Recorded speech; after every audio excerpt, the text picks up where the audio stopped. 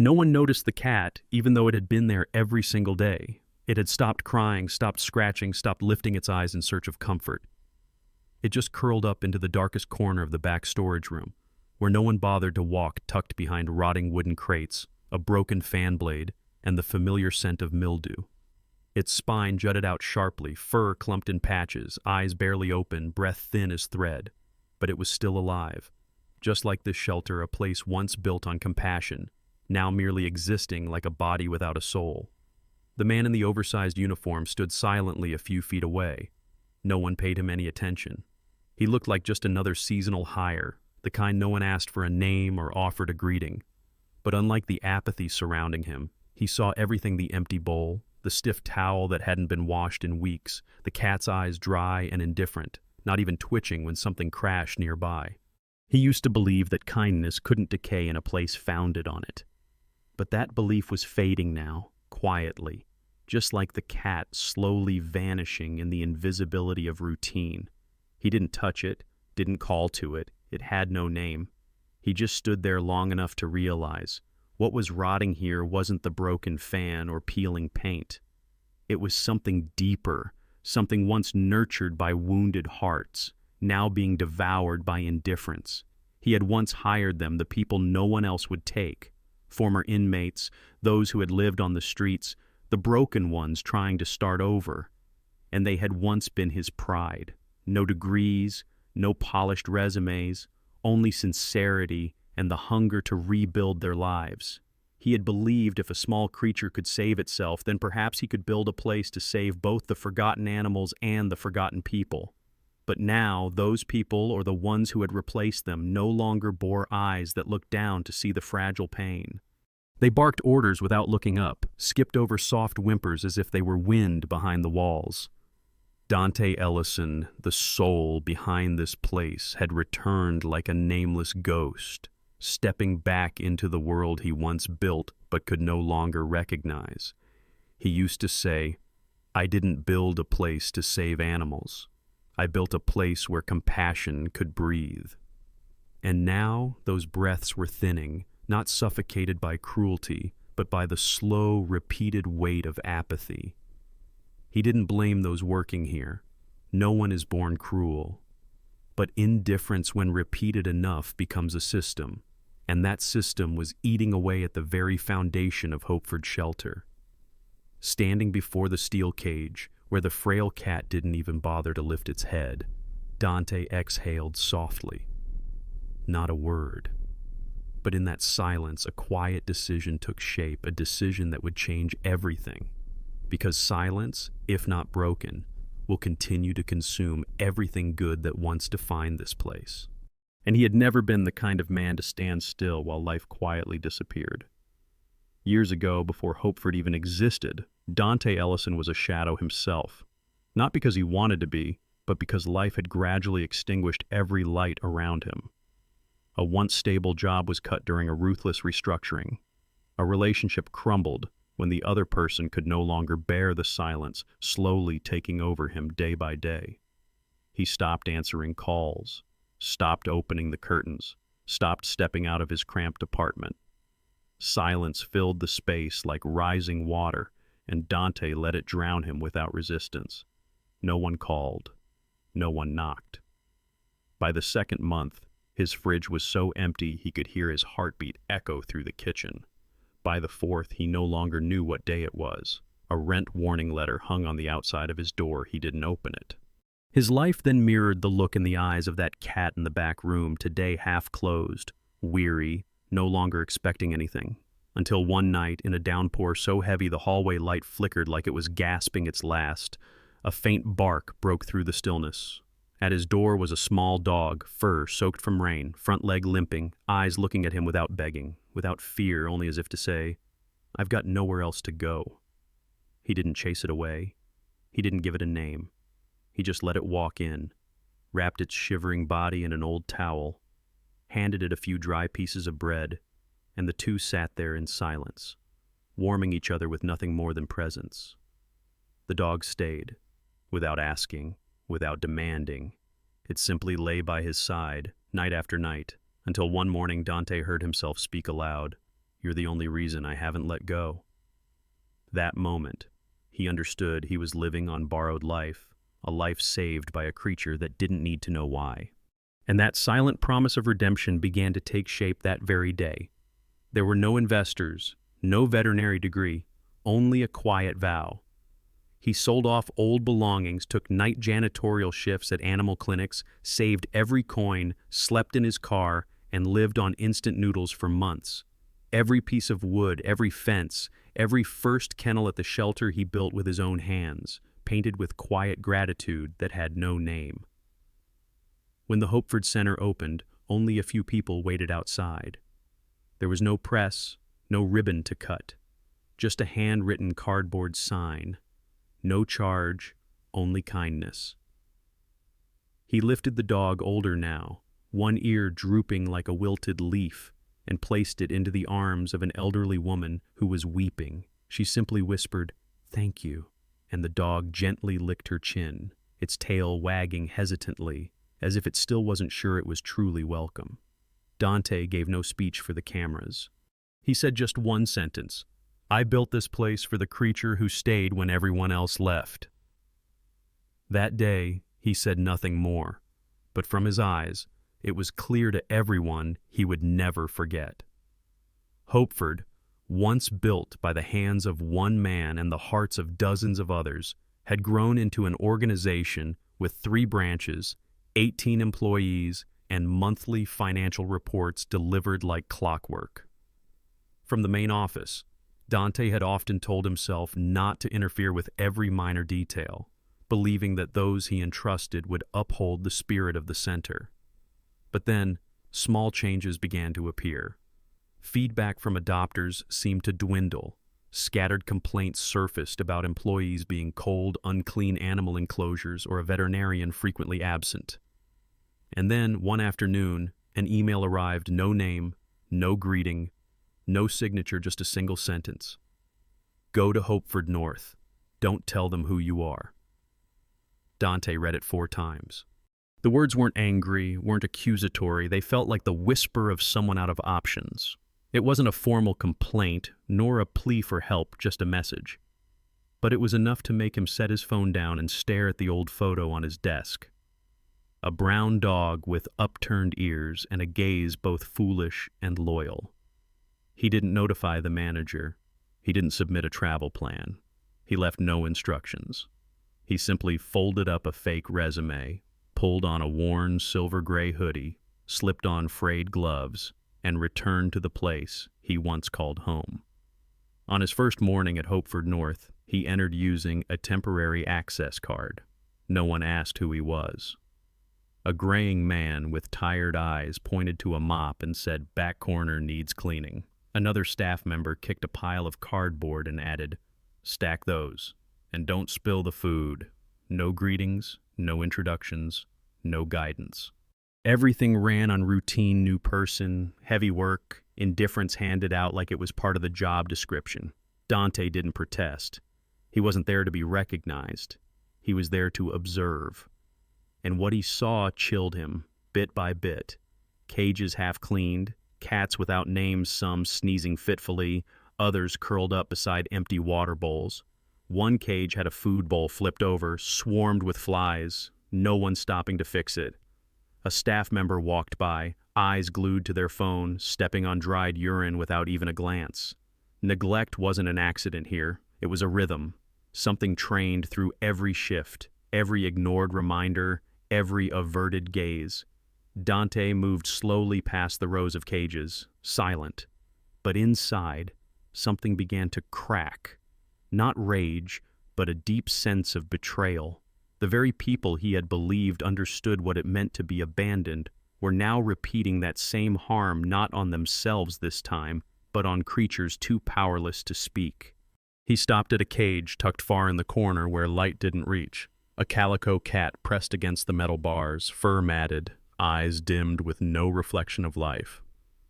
Its water bowl was bone dry, its food bowl crawling with ants, and the feeding log outside marked the last meal as 2 days ago. No one had asked. No one had noticed. And most chilling of all, no one seemed to think it was a serious issue. Dante stood frozen. Not because he hadn't seen suffering before, but because he now stood in an organization he had built to protect life. And this very place was now quietly extinguishing it without anyone admitting it. Because apathy, when allowed to settle long enough, disguises itself as normalcy. And normalizing what's wrong, at times, is more terrifying than cruelty itself. That afternoon, a pale light drifted through the hallways of Hopeford North like a thin layer of dust, not enough to soften the damp air clinging to the cramped rooms. Dante continued his work like an invisible man, cleaning restrooms, hauling trash bins, pushing a cart stacked with dirty towels from the isolation ward. No one asked if he needed help. No one noticed his hands scratched from rusted cages or the smell of bleach clinging to his collar. Tasks were handed to him like tossing away an old rag, barked out without eye contact. He remained silent not because he wanted recognition, but because he wanted the truth. In the farthest corner of the isolation ward was a small room most staff casually called the holding spot. Inside, a row of iron cages lined the wall. No name tags, no medical notes, no monitoring charts. Dante passed by while looking for a place to dump soiled towels. At first he thought he'd misheard, but then he caught the faint, wheezing breath, laced with the stench of decaying flesh. He gently pushed open the door, and inside, 3 small lives lay motionless in cold, bare cages. A puppy with open sores on its skin, an older dog with a sunken belly and crusted drool at its lips, and a kitten whose eyes couldn't open, curled in a corner like a rag discarded. There were no medications, no gauze, no sign this room had ever been used for care. Only dust coating the cages and a tightness rising in Dante's throat. He reached toward a cage out of instinct, and the older dog flinched slightly. Didn't bark, didn't growl, didn't even open its eyes. It had grown used to being ignored. He pulled back his hand and stood still for a long time, as if even time itself wanted to freeze in that room. This wasn't oversight. This was abandonment disguised as routine, hidden behind polished reports and the smiles of people who had forgotten why they ever came here. It was a quiet decision. If you don't see it, it isn't your responsibility. If you don't know, you don't have to act. And pain, when ignored long enough, turns into silence, the most dangerous language any institution can speak. That night, in a cramped break room behind the food dispensary, Dante sat beside the small kitten wrapped in his own jacket. It didn't move, only shivered faintly. Its eyes stayed shut, but one fragile paw rested on his wrist, as if its body hadn't fully given up yet. In that moment, Dante wasn't a founder or a leader or even a stranger. He was simply a man, holding on to a life that was slowly slipping away from neglect. No one saw him cry, but his tears fell quietly, warming the matted fur of the tiny animal. Not from pity, but from shame. He had let the very place he built become a place where life was valued so little. The next morning, as the shift was changing, he walked to the sink to grab a clean bowl. A staff member, a woman in her 30s, hair tied high, eyes sharp, stood leaning against the counter. When she saw him reaching for a bowl, she smirked, "Don't waste your time on them, they're not worth it." Dante didn't respond, but his hand gripped the bowl tighter. "They haven't had water all night," he said, voice hoarse. She scoffed, "They're trash. If they survive, they survive. If not, so be it." When she turned and walked away, Dante remained there, silent, no argument, no retort. But in that silence, for the first time since he returned to this place, one thing became crystal clear. If no one speaks up, kindness will die not because it's killed, but because it's forgotten. Dante walked slowly down the hallway after filling the bowl with clean water. His hands were still trembling slightly, not from exhaustion but from a feeling he couldn't quite name, a deep disappointment in the people he once trusted. He moved past each cage, replacing the water, gently running his hand along jagged iron bars, checking leftover food even though he knew no one else would care. A few animals still had the strength to look up at him, a few tails gave a faint twitch, but most simply lay there silent, motionless, as if life itself had become too costly to hold on to. Every step he took was a reminder that compassion in this place was being drained not through violence, but through indifference. A young staff member with blazing red hair passed by, a snack bag in hand, earbuds in her ears. When Dante paused beside a cage with no tag and asked quietly, "Has this cat been fed?" She glanced for barely a second, shrugged, and said, "If it was really hungry, it'd be dead by now." Then she walked away, chewing, scrolling on her phone. He didn't reply. His eyes followed the cat ribs protruding, tail curled tightly against its body, ears drooped like a white flag. It didn't look scared, or even in pain. It simply no longer believed it deserved care. He knelt down, quietly removed his jacket, folded it neatly, and slipped it through the bars. A soft corner in a space made entirely of metal. The cat didn't lift its head, but its body tilted gently, resting against the cloth like a forgotten instinct remembering what it meant to be loved. It didn't need to know who he was, what authority he had, or what title he once carried. It simply felt one thing for the first time in days. Someone had placed something not to push it away, but to come closer. There was no anger, no shouting, only a heavy sadness. Because the people ignoring these fragile lives were, for the most part, those Dante once believed understood better than anyone what it felt like to be abandoned. He had sat across from them during interviews, saw their incomplete resumes, heard their stories without references, but always noticed the truth in their eyes, the kind of eyes that had been turned away too many times to bother pretending. He used to ask them only one question: "Do you love animals?" And if the answer was sincere, he gave them a chance. It wasn't charity, it was faith that those who had endured would know how to heal. But what he saw now was the opposite. The hands that once trembled now barked orders as if others were beneath them. The eyes that once avoided confrontation now stared with cold detachment. They didn't yell, they didn't strike, but they let slow death happen behind bars, and that, to Dante, was the cruelest kind of violence. At the end of the shift, Dante walked past the visitor area. A little girl, around 8 with pigtails, was standing by one of the cat enclosures, clutching a bag of treats. Inside was the same calico cat from the dark storage room. It still lay there, unmoving. The girl looked up at him, eyes wide and clear. "Mister, can cats cry?" Dante stopped, not because he didn't know the answer, but because the question was asked with such pure gentleness it tightened his throat.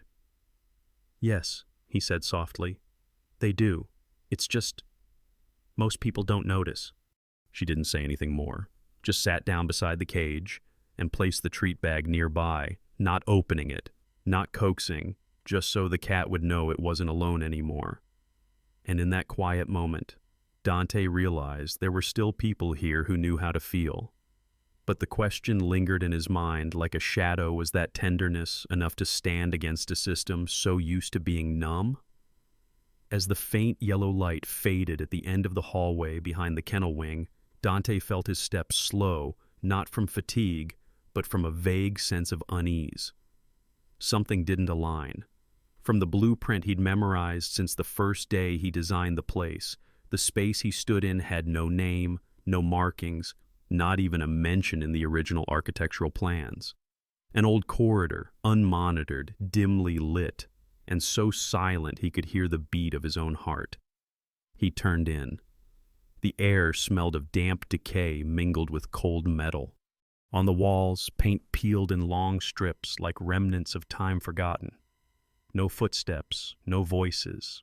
Only fractured sounds, the ragged breathing, faint scratching, the brittle echo of survival from beings no one counted anymore. At the end of the hall stood a wooden door, chipped and crooked on its hinges, with no label. He pushed gently. The door opened to a small room, unlit, save for a sliver of light cutting in from the corridor like a thin blade across reality. In the far corner were 3 rusted cages pressed against the wall. Inside, 3 creatures barely moved. A small dog, fur patchy, limbs curled in, spine protruding. A larger, older dog, cloudy-eyed, breathing in uneven gasps, and a kitten so tiny it looked like it had never been allowed to grow, curled up, mouth slightly open, making no sound. No medical tags, no intake dates, no medications, no bandages, no names. They lay there like 3 breaths hidden away, like broken machines discarded in a storage closet. Dante knelt down. His hand reached out slowly. The larger dog trembled, didn't snarl, didn't flinch, didn't look at him. Just quivered gently, a reflex left over from what once might have been hope. Its skin was cracked, dark red, some areas oozing. The smell of infection hit him hard, not with disgust, but with sorrow. This was no accident. This was a choice. A cold, deliberate decision to ignore, to leave, to avert the gaze. And in a place built to heal, that choice was the purest cruelty imaginable. Dante pulled his hand back and stood, saying nothing. He didn't need more evidence. This room, this heavy breathing, this torn flesh, were testimonies that could not be denied. A crime without blood, yet still a crime. He looked around. No cameras, no records, no watching eyes. Just him, and 3 lives about to be erased. Footsteps echoed from afar. He stepped into the shadows, heart pounding not from fear of being caught, but from fear that if no one cared about this dark corner anymore, how long before the place itself became a quiet graveyard for beings once promised a chance at life. A woman passed by an employee, maybe 30, dark brown hair tied back, eyes weary. She saw him carrying the old dog out from the dark room. Her gaze paused for half a second. No surprise, no alarm, just silence. Her hand moved slightly, as if to reach out, but then she turned away. No words, no action. And for Dante, that turning away, not brutality, was the clearest sign yet that this place had lost its way. That night, as the clock edged toward midnight, Dante sat alone in the supply room, the door slightly ajar, a warm yellow light casting down over the towel that covered the creature nestled in his arms, the elderly dog from the nameless room. Its body was impossibly light, its ribcage trembling with each labored breath. He wrapped it tightly in his own jacket, his hand gently tracing the ridged spine, not to ease the pain, but to remind it that someone still recognized it was alive.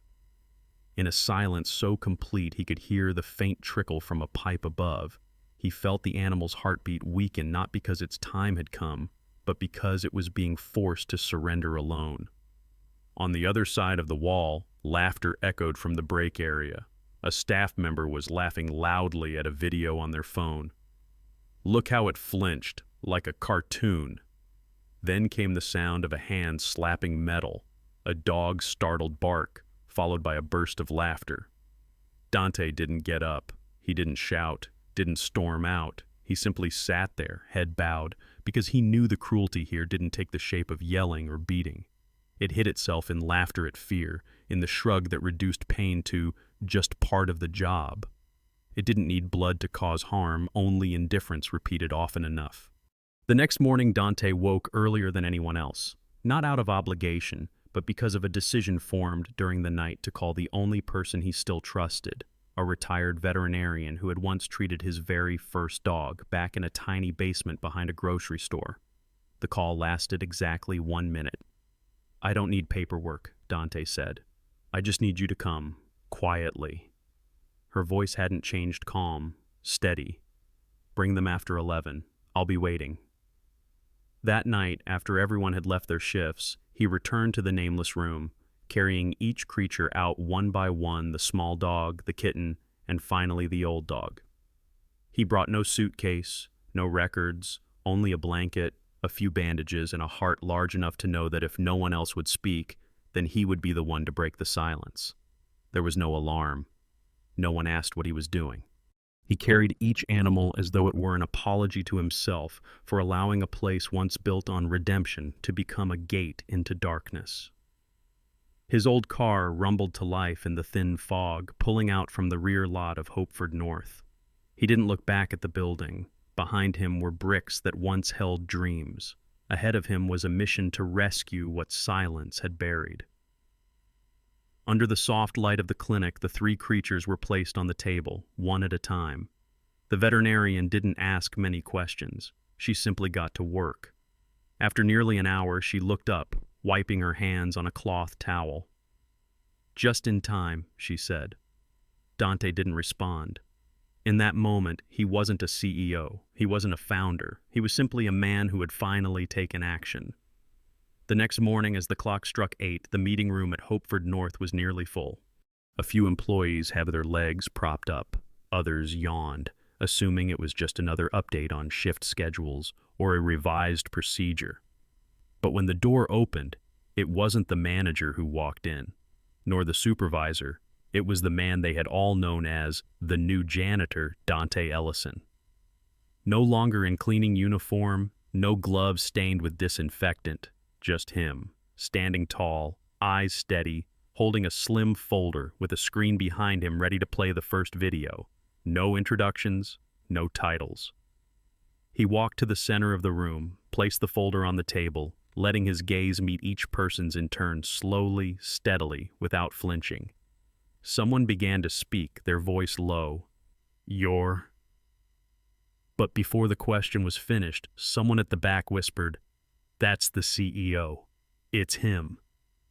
The atmosphere shifted like a cold wind sweeping through. Backs straightened, phones were tucked away, a few swallowed hard. One person stood up only to quickly sit back down.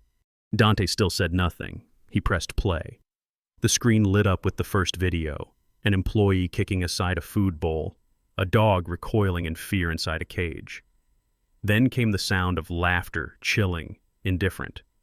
Next were scenes from the nameless room, cages with no tags, animals with torn skin, a cat gasping for breath. A voice played over the footage. "They're trash. Who cares if they live or die?" No one in the room argued, no one stood up, no one could. Finally, Dante spoke. He didn't raise his voice. He didn't accuse. He simply spoke as though the words had been etched into his bones over sleepless nights. "I hired you not because of your resumes. I hired you because I believed that those who had once been overlooked would never do the same to those more vulnerable. But now, I see some have forgotten." A young woman stood, her hand trembling slightly, voice low but clear. "I tried to help a starving cat. But when they found out, they said I'd lose my shifts. I didn't stop because I didn't care. I stopped because I was scared." She bowed her head. On the screen, another clip played. It was her, on a night when no one was watching, slipping a towel into a cat's cage, gently wiping its wound with a damp cloth. No orders, no audience, just a simple act pure. Dante looked at her and nodded. Not praise, but recognition. That even in darkness, someone had fought to keep a sliver of light alive. He turned back to the room. His voice softened but held firm. "We're not short on time. We're not short on hands. We're just short on reasons to care. And if this place no longer heals, then none of us deserve to stand here." He lifted the folder. 2 names were called: a man who had filmed himself mocking a dog and a woman who had said, "Trash doesn't need water." Neither defended themselves. They only lowered their heads. "You are both terminated, effective immediately," Dante said. "And I will make sure no shelter forgets your names." And the silence in the room was no longer a shield. It was guilt. It was reckoning. And somewhere within it, it was also the beginning of change once again, born from pain. One day after that fateful meeting, Hopeford North fell into an unusual silence. The heartless jokes from the break room were gone. The clattering sounds of cages being shoved around carelessly had stopped. No more averted gazes when passing by forgotten creatures. In their place was a quiet caution like a pond that had just been stirred, not yet settled, but where everyone now knew the bottom was no longer as clear as they thought. Dante didn't return to the main office. He stayed. No declarations, no commands. He cleaned cages. He stocked medicine. He checked the logs line by line. And each task he performed wasn't just to supervise, it was to remind them, caring isn't a duty, it's humanity. Some of the longtime staff began to shift their behavior not out of fear of losing their jobs, but because without anyone left to shield them from the truth itself forced them to choose again, remain indifferent, or begin anew. That evening, as the hallway lights dimmed, Dante returned to the recovery room where the 3 animals he had rescued were still under special observation. The retired vet had texted him that morning, "They seem to have made it." And as he gently pushed open the door, all 3 were breathing steadily. The little dog lay curled under a blanket. The bleeding on its skin subsided. The kitten still had its eyes closed, but its tiny nose twitched as he approached. And the old dog, the one who seemed to have no life left, had turned, eyes open, weak but unmistakably aware. Dante sat down. He didn't reach out to touch them. He simply extended a hand, resting it near the edge of the metal bed. After a few seconds, the old dog stretched its neck, resting its head on that hand, not afraid, not hesitant. In that moment, every ache, every doubt, every heartbreak Dante had ever carried was healed not through apologies, but through the silent nod of a creature that knew it had finally been seen, truly seen. He gently stroked the rough spine. "You can't talk," he whispered, "but you've always been more honest than people." And in his voice there was no CEO, no founder, only a man slowly restoring himself through acts of care. Outside, the rain began to fall. Steam blurred the glass window. From his wallet, he pulled out an old photograph, one that had stayed with him for years. A brown dog with one floppy ear, eyes asking the world why it had once been left behind. Beside the photo was a worn slip of paper, the ink fading from sweat and time. Never look away. That promise he had never forgotten, but the very organization he built had almost made him lose it. He pressed the photo back into his wallet, not to close a chapter, but because it was time to begin a new one. One that didn't start with a speech, but with quiet, deliberate actions for every creature still lying in a cage, still trembling, still waiting to be remembered by someone. 1 week later, the mornings at Hopeford North no longer felt heavy with silence. The sound of a delivery truck backing into the lot echoed from the back. A group of newly trained staff were learning how to change bandages, check temperatures, and log every small sign from the animals into their charts. Under the awning, a newly restored sign had been rehung, the old phrase carefully repainted, each stroke seemingly crafted with remorse and purpose. "We don't just rescue animals, we restore faith." Dante stood behind the glass door, holding a cup of coffee gone cold. He didn't need to step outside, didn't need to say anything. He only needed to know that this place had stopped in time before slipping too far. A few of the original staff, those who chose to stay and make things right, were gently carrying the little kitten out from the treatment room into the morning sun, setting it on a clean cushion. It opened its eyes, slowly but unmistakably for the first time after days spent in darkness. The light reflected in its pupils wasn't just sunshine, it was proof that it had been seen, named, and allowed to exist. Down the east hallway, a young girl, the same one who once asked him, "Do cats know how to cry?" had returned with her mother, clutching a bag of treats. She sat beside the cage, carefully slipping her hand through the bars, not with hesitant silence this time, but with a gentle greeting. "Hi there, your name is Tofu now." And from the other side of the bars, a tiny tail reached out to touch her finger as if to say yes, without a sound. Dante walked slowly toward the old storage room, where years ago he had once taped handwritten notes to the wall. "We take in animals and give humans a second chance." The paper had faded, but it was still there. He didn't take it down. He simply taped up a new one beside it, clear, freshly written, with a simple message. "We must also relearn how to be kind." That afternoon, he held a brief meeting. No slides, no reports, just him standing before the new and remaining team, speaking in a calm but unmistakable tone. "We've made mistakes, stayed silent, and overlooked the smallest things that seemed invisible. But kindness doesn't disappear. It just needs to be reminded every day through action." One person raised a hand, It was the young woman who'd once been threatened with losing her shift for secretly caring for the kitten. "If it happens again," she asked, "what should I do?" Dante looked at her, then at the entire room. "Speak up," he said. "Not to accuse, but to remind each other that silence in defense of wrong is the deepest form of betrayal." At the end of the day, before leaving the shelter to return to the main office, Dante stopped by the recovery area. The old dog was still lying quietly, but this time, its eyes were brighter. He gently stroked its head one last time and said softly, as if speaking to all of them, "I can't promise the world will always be kind, but I promise, here there will always be someone who tries." As he walked out of Hopeford North, the sky turned golden. There were no applause, no ribbons to cut, just three creatures once near death now beginning to live again, three people learning to apologize through actions, and a place once rotted now relearning how to begin, not with pride, but with humility. Because sometimes, what most needs rescuing isn't the animal, but the human part of us all. From the perspective of an expert in organizational culture and professional ethics, I believe no system truly collapses due to a lack of resources, but rather from a lack of heart. When apathy becomes normalized, it corrodes every core value from within. Dante didn't change the whole world, but he reminded us of this. Kindness doesn't need celebration. It just needs to be repeated every day.